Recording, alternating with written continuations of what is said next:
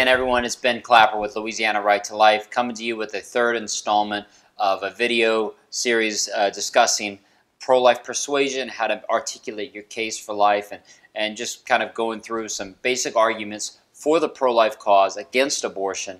I hope you've enjoyed it. I hope you've learned something so far for pro-lifers. Hope it helps you a little bit in articulating your case. For those who may be pro-choice, I hope you've been open to it and thinking about it as we've gone. We talked first about what the dictionary teaches about abortion, and that video can be found on our Facebook channel, or I think we're going to upload it on our YouTube as well. And that's going to just kind of come to the scientific conclusion the dictionary lays out, that the unborn's human, and that abortion ends the life of a human, and that the unborn is an individual. Then I went into talking about how we have to be consistent if we're talking about the issue of abortion. That if we're going to allow abortion before birth, then we should be okay with ending the life of the toddler or the infant for that very same reason after birth. Of course, that's not what I believe, and that's what I stand for. I stand for the fact, and together with the pro-life movement, that all humans need to be protected from the beginning to the end, the small to the large, the dependent, the non-dependent. We got to protect everybody, right? We're all in this together. All humans are in this together. We have to commit to protecting each other and not separating humanity between those who are valuable and those who are not valuable. You know, in fact, I think abortion is today one of the greatest forms of discrimination in our society. And that's part of why we stand as a secular organization against abortion as a form of discrimination, separating humans out in this way between the born and the unborn. We need to stand together on behalf of all human beings and protect all of them. We look forward today in our organization when all human lives are protected and welcomed with love in our society, and we're able together to support mothers and families to make sure that they have everything that they need to choose life, to parent, or place their child for adoption. Options that are both uplifting for the child and for the family and the mother as well. So in this video, what I want to do is take a look at some common objections to abortion and to people who are pro-life. I'm going to focus on kind of two main ones, and one is going to be, I'm personally opposed to abortion, ... I'm sure so many of you have heard friends, maybe family members, maybe siblings say this perspective that they're personally opposed to abortion, but for some such reason they still support abortion in some or all cases. I'm also going to talk about ad hominem attacks, which is a fancy Latin phrase. It just means to the man. Is it when people decide instead of attacking our position, they choose to attack us as well. This is things like, well, pro-lifers don't care about women, and they shouldn't be pro-life unless they're willing to care for everybody, right? Or maybe to men that, hey, you don't have a say in this topic, you're not a woman, so keep your mouth shut, right? Or to say that if you're not willing to provide for every child, then you can't say abortion. Or even more, something people say is, hey, you don't like abortion, don't have one, right? We'll talk a little bit about those that we go. But I first want to start with this question of people saying, I'm personally opposed to abortion, but the government shouldn't get involved. I'm personally opposed to abortion, but I think a woman should be able to make her own choice in these situations. Or I'm personally opposed to abortion, but I can't tell someone what to do with their own lives, right? These are so common to hear, especially from people who find themselves maybe in the mushy middle of society on the topic of abortion, right? That they maybe in their heart of hearts know that abortion's wrong, yet maybe they're scared or afraid or have other concerns about why they want to tell people how they truly feel, right? This is so prevalent, and it's so easy for people to respond and discuss this. And that's why I want to do. So let's say you get in a conversation with somebody, however it comes up about abortion. Again, I encourage you when you're in these conversations to say like, well, don't you know abortion's murder, right? Don't you know abortion takes the life of an innocent child? Don't you know the heart begins beating at 22 days after conception, right? These aren't really effective ways to have a conversation with people. I think the most effective way is just to ask people questions about how they believe and just start a dialogue, start a conversation about it. That's going to be more productive in the long run, even for your own case on the pro-life side. So let's say somehow the issue of abortion comes up. Instead of me telling someone what I think, my goal is going to be to ask the person what they think. what do you think about the topic of abortion? What do you think about abortion? What's your perspective? Then if you get that person that says, well, I'm personally opposed to abortion, but I really don't think the government should get involved. So again, you hear that oftentimes. What's some of the best way that we can respond to it? Well, certainly, again, we're not trying to jump down someone's throat, so we're going to try to talk in a compassionate, respectful way and just say, okay, I understand what you're saying. I'm going to really focus on 2 ways to answer that when you're talking to someone. The first is to, again, ask them a basic question. Why are you personally opposed to abortion? I find that most people who say that they're personally opposed to abortion have never actually articulated why they're personally opposed to abortion. I mean, the fact that they told you they're personally opposed to abortion, that's pretty big for them, right? To say that in and of itself. So there's got to be a reason for why they're saying that, right? There's got to be a basis for why they're saying it, and no one maybe has ever asked them why they're personally opposed to abortion. Now, you may get a lot of different responses, but if the person's going to really be honest, they're going to have to give you some concrete answer for why they're personally opposed to abortion, right? They're going to have to say, well, I think it kills the human being, or I think it hurts the unborn child, or it hurts the mother, or something like that. So there's got to be some kind of justification or some statement that they're going to give as to why they're personally opposed to abortion. Just getting someone to articulate why they're personally opposed to abortion is a big deal. And look, you may have a hard time getting the person to even admit that's the case, or to say why they're personally opposed to abortion. They may move the conversation on to something else, and that's all right. Just be patient, be friendly, respectful, and just engage the conversation in another way. So, but eventually if the person says, well, I guess I think that I'm personally opposed to abortion because it takes the life of another person.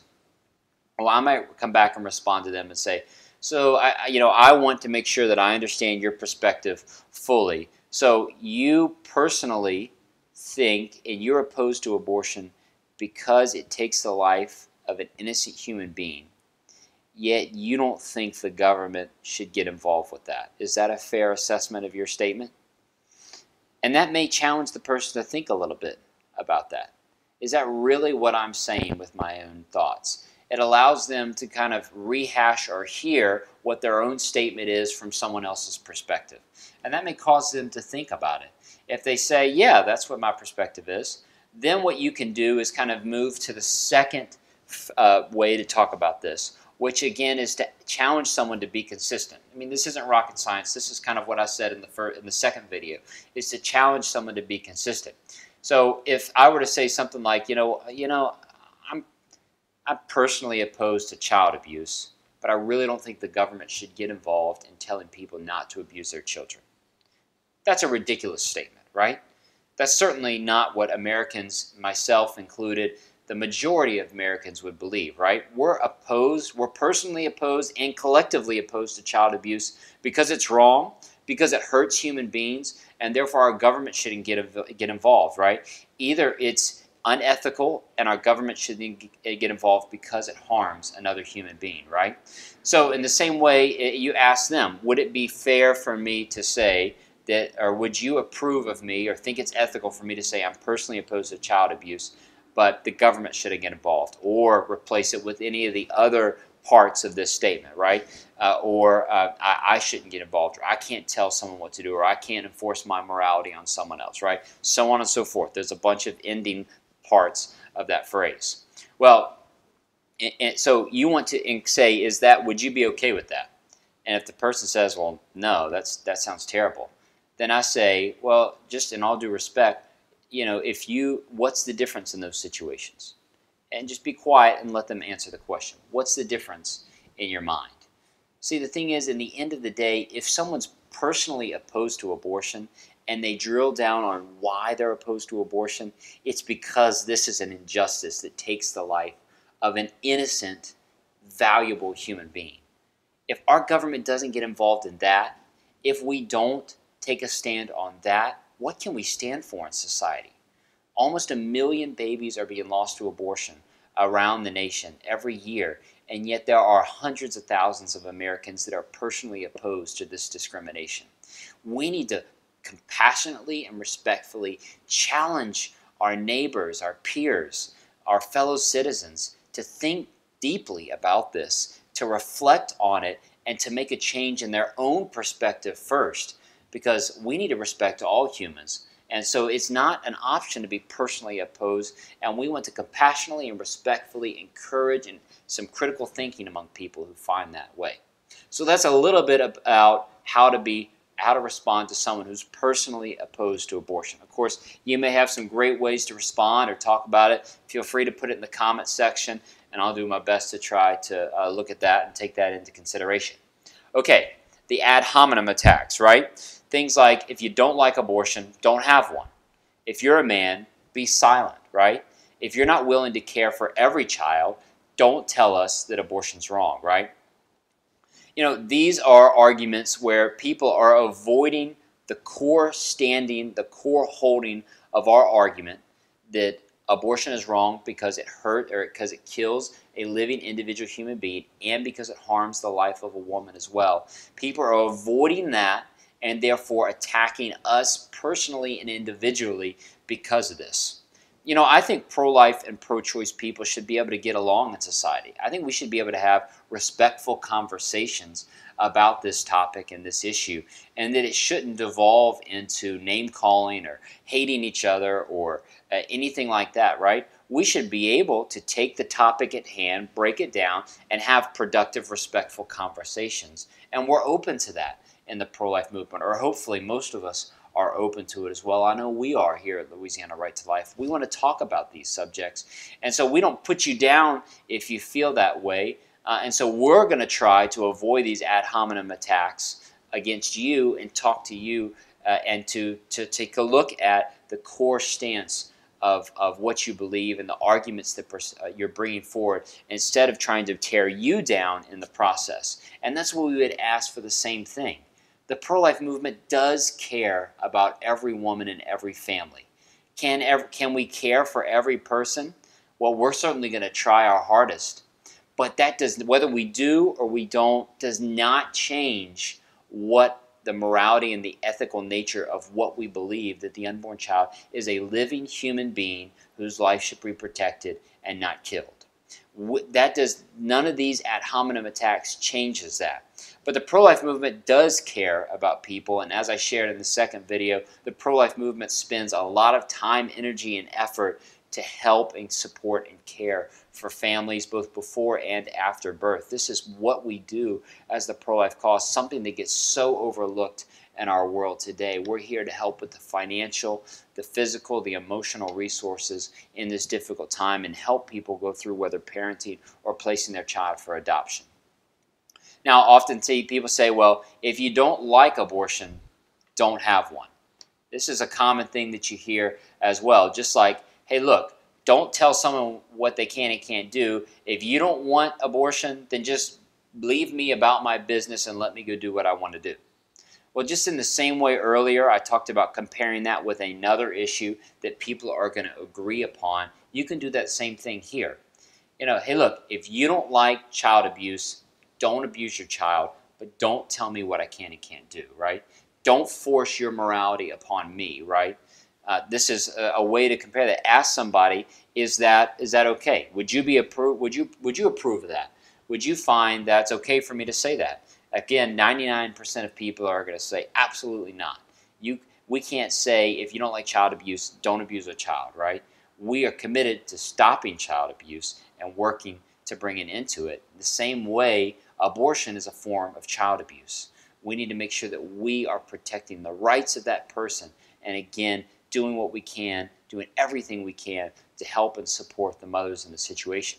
Now, for me, something as a pro-life guy, right, is this question of, well, you're a man, you don't have a voice, don't talk about this, right? And this is certainly something that I'm interested in, and it's certainly really a sad thing that we're going to bring down other people because they care about other people and other issues, right? Throughout our history, we have people who have not been part of those people who've been afflicted by something, yet who have been advocates for the afflicted, and we should celebrate that, right? Should the football player who's maybe is now a strong, or is a strong, not now, but is a strong advocate against domestic abuse, should we be saying, well, this isn't your problem, get out of the situation? Should the man standing up for breast cancer be told that, hey, you get out of this situation, this doesn't have anything to do with you, this is a woman's issue? Should someone who has no family have any voice to talk about the issue of child abuse, right? Should the person who does not have cancer be able to advocate and support those who have cancer? All people need to come together and fight against all injustice and support all people who are dealing with these illnesses and diseases or anything like that, right? Just because I'm a man doesn't mean that I can't also advocate for the unborn child or for women who are facing these things, right? Again, we find that across the abortion movement and across justifications for the abortion, people are not being consistent. And to me, that's the most disheartening aspect of our country today when it comes to abortion. The consistency, as I shared about in the last section, and also I'm sharing about here today. I believe the pro-life movement is scientifically and philosophically sound. Our arguments are strong, they're true, and they should be articulated in a compassionate and compelling manner. And I believe pro-life people can do this, whether it's on social media, whether it's in person, whether it's in conversations. We can share a compelling message that I believe firmly in my heart one day Americans, just like we look back at other injustices in our history, we're going to look back and say that this was one of the largest injustices of our time, when unborn children were discriminated against in massive ways through abortion in our nation. And I look forward to a day when we can protect every person. And we can begin that today by supporting mothers and also advocating through our conversations, through our words, through our social media posts, to be an advocate for that unborn child who deserves our protection. So everybody, I encourage you to get out there, have conversations, be respectful, be compelling. And again, if you have any comments or thoughts, feel free to reach out to me on social media or on our website.